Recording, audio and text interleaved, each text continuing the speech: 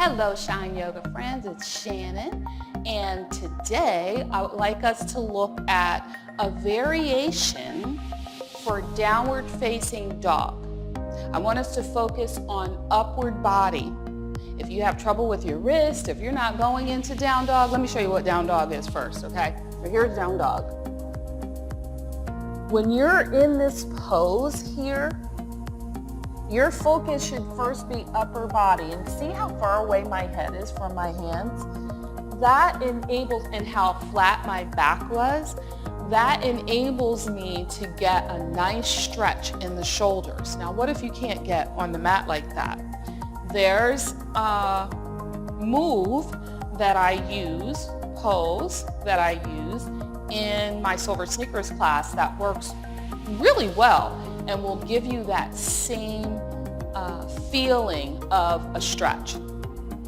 And what you do is you take one hand and place it over the other, palms down. You can lock or interlace your fingers, and you start to lift. Now, as best you can, you keep your shoulders away from your ears, and you bring your arms up to the degree that's right for you, till you feel that stretch in the back. Maybe your arms aren't going to be up that high, but notice there's still space between my ear and shoulders, right? There's still, see that space between my ear and shoulder? It's still there, right? And bring your hands down.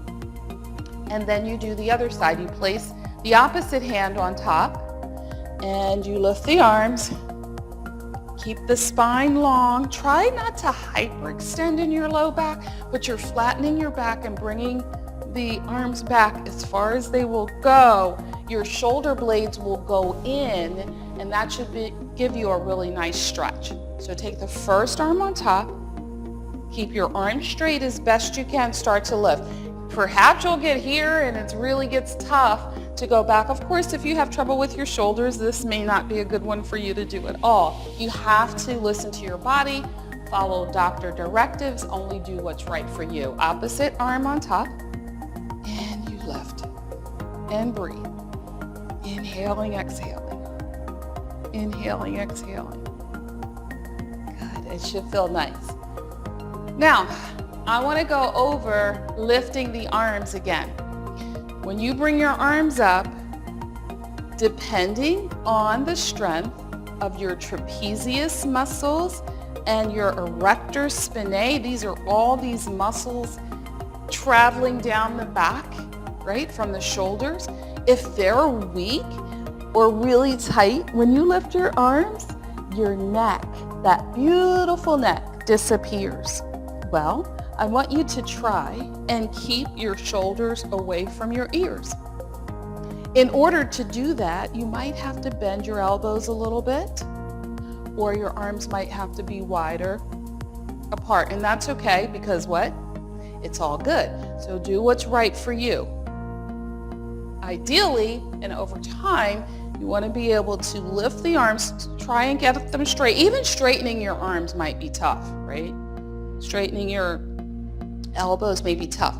And then you're lifting, and I can feel like I'm really paying attention, so I can feel the work that my shoulders are doing to stay down and depressed, even with my arms lifting up towards the sky. Right? So that's one I want you really to practice, maybe even before you do that downward dog arm raise variation. There's got to be a better name for it than that. But that's really what it is. It's giving you that sensation of a down dog without going into an inverted posture of a down dog. So let's do it one more time. Right arm on top, and lift, and breathe. Keep the navel to the spine. Avoid hyperextending in your low back. Your arms might not go up that high, shoulders away from the ears, only lifting to the degree that's right for you. And then we will do an inversion maybe, depending, as long as, like if you have high blood pressure, even an inversion might not be a good idea for you to bring your head below your heart. Or vertigo might not be a good idea.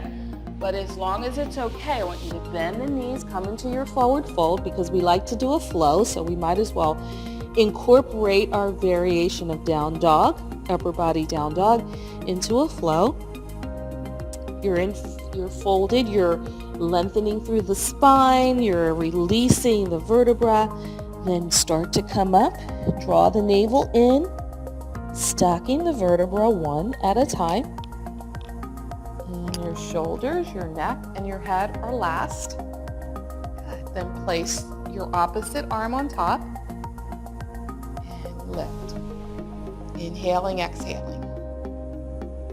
Shoulders stay away from the ear, shoulder blades coming together.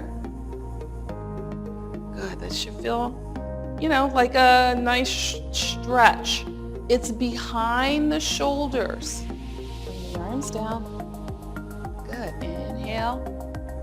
Shoulders away from the ears. And fold. Knees bend as much as you need to. So if you don't bend your knees, you might be way out here. I want you to bend your knees enough that you can bring your rib cage close to your thighs. That might mean bending a lot. That's okay, because that is training neurologically and physically the body, mind-body connection, how you want it to progress. You're in control. You're the master. You're training the body what to do.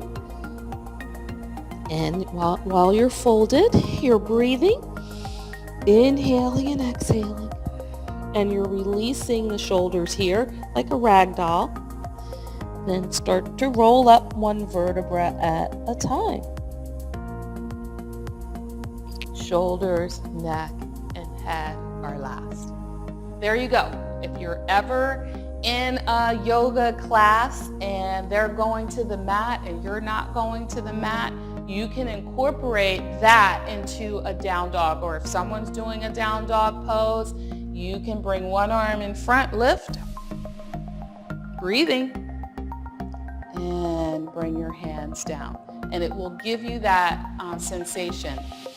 I'm Shannon Thigpen. There's always a variation, almost always, there is a variation that you can do.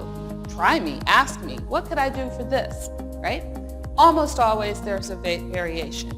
You start where you are, do what you can.